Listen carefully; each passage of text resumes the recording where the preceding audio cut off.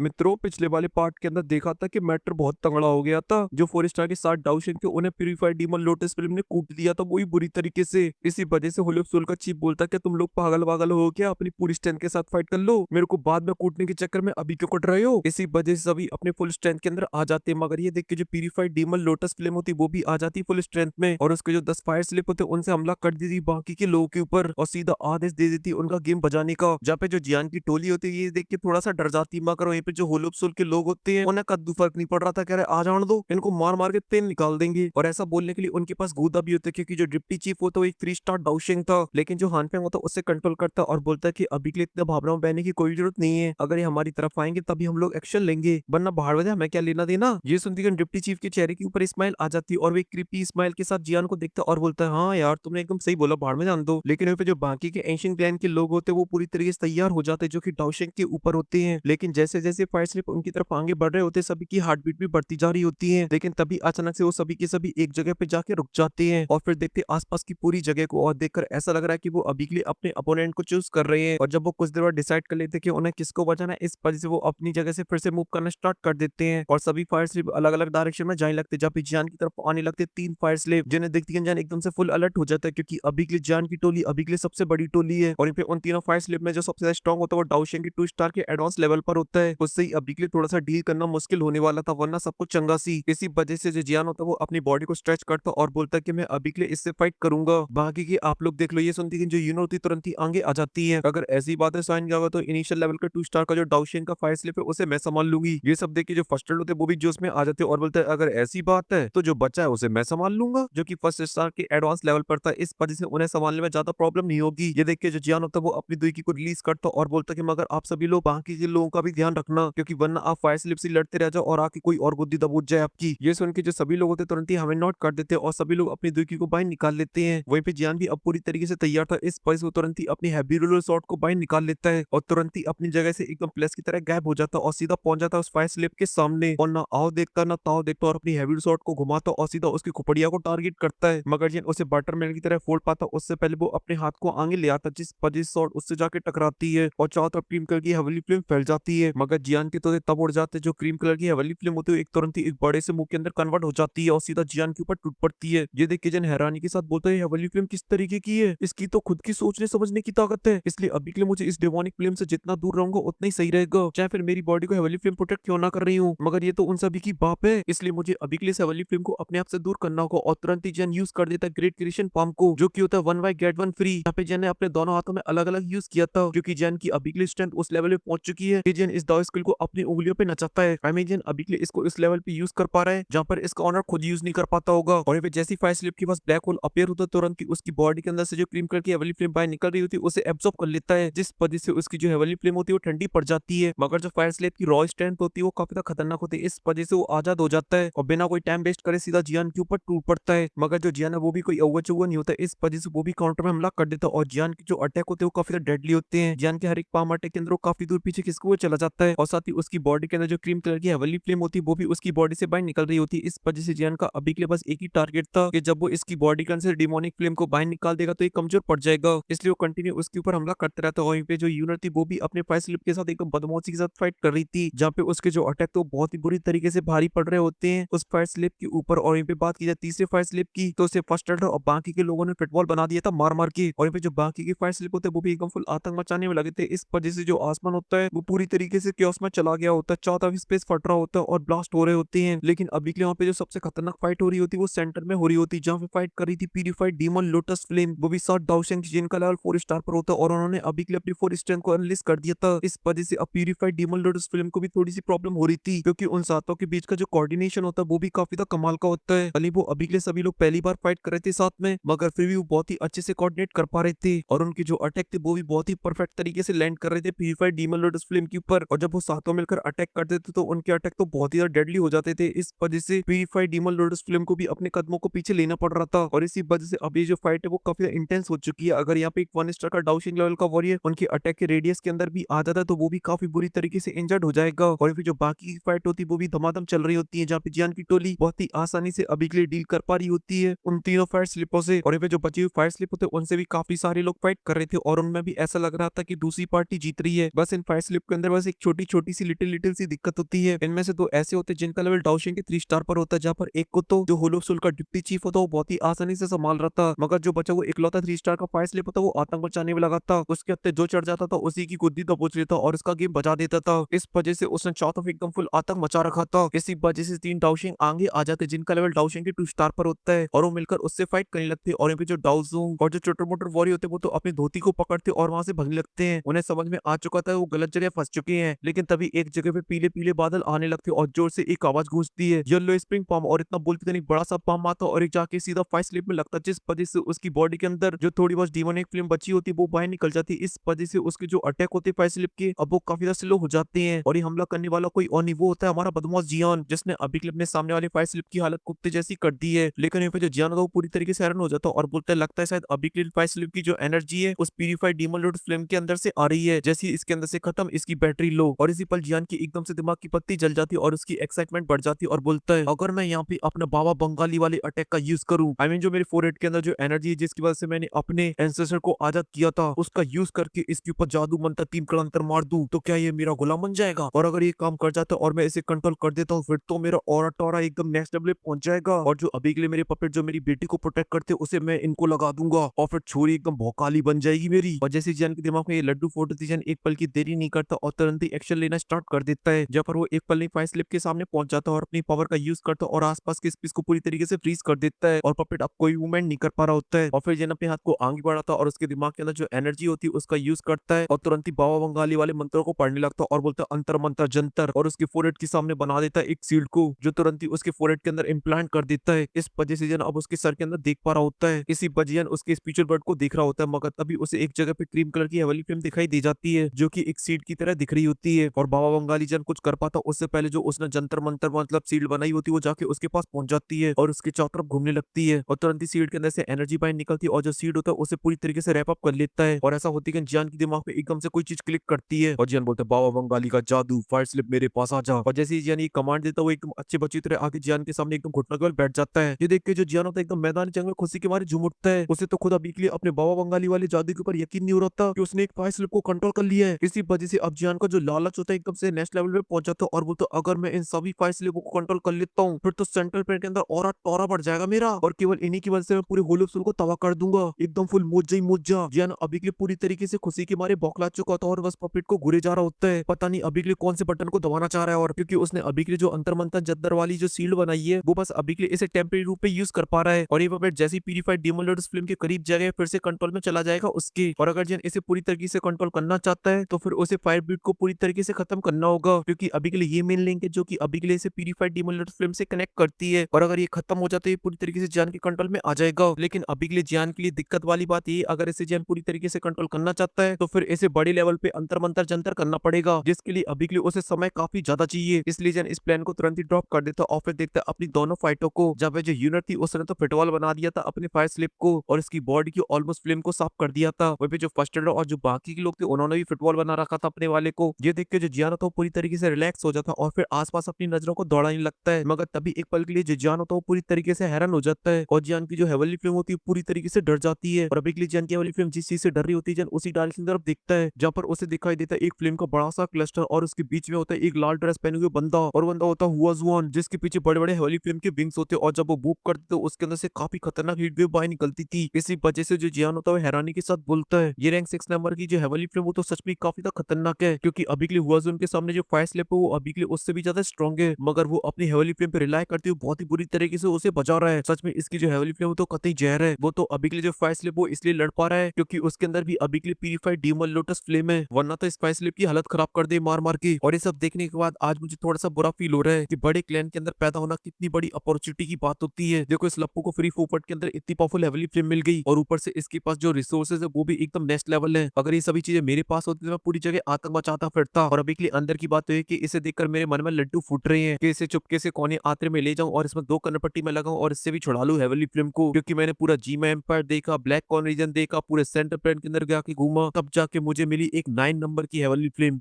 ये लप्पू को वैसी मिल गई था जो कि अभी के लिए इसकी अगली फिल्म से कंपेयर किया तो काफी ज्यादा वीक है। और ये जो लालची जियान अभी के लिए सही बात है अपने मन में बोल ही रहा होता तभी उसके साइड में होता है एक बहुत ही बड़ा ब्लास्ट। इस वजह से जियान की जो नजर होती है उसी डाई की तरफ शिफ्ट हो जाती है। यहाँ पर उसे दिखाई देता है हुनफेंग जो कि अभी के लिए फाइट कर रहा होता है ऐसी फाइट से जिसका लेवल उसके ऑलमोस्ट सेम होता है, मगर वो बहुत ही आसानी से उसे फाइट कर पा रहा होता है। मगर तभी वो अपने हाथ को आगे बढ़ाता है और उसकी बॉडी के अंदर से जो प्यूरिफाइड डीमन लोटस फ्लेम बाहर निकल रही होती है उसे एब्जॉर्ब करने लगता है। और जब जियान इस सीन को देखता है तो जियान की एकदम से तोते उड़ जाती हैं और वो तो अभी के लिए इसके अंदर इतनी हिम्मत है ये प्यूरिफाइड डीमन लोटस फ्लेम को एब्जॉर्ब कर रहा है। हालांकि अभी के लिए उसकी ये रियल फ्लेम नहीं है मगर इसकी जो स्ट्रेंथ है वो बिल्कुल भी कमजोर नहीं है, यहाँ तक कि मैं भी अभी के लिए इसे एब्जॉर्ब नहीं कर सकता हूँ डायरेक्टली जबकि मेरे पास फ्लेम मंत्रा है। मगर जैसा कि उन्होंने इसके बारे में बताया ये कोई लप्पू वप्पू नहीं है, बहुत ही चतुर खोपड़ी का बंदा है। वजह से जरूर इसके पास कोई ना कोई टेक्निक होगी जिस वजह से अभी के लिए इतनी आसानी से इसे एब्जॉर्ब कर पा रहा है और कुछ ही पल के अंदर वो पूरी तरीके से सपाचट कर जाता है जिस वजह से उसके चेहरे के ऊपर एक तीखी वाली स्माइल आ जाती है। ये देख के तो जान के पैरों तले जमीन खिसक जाती है।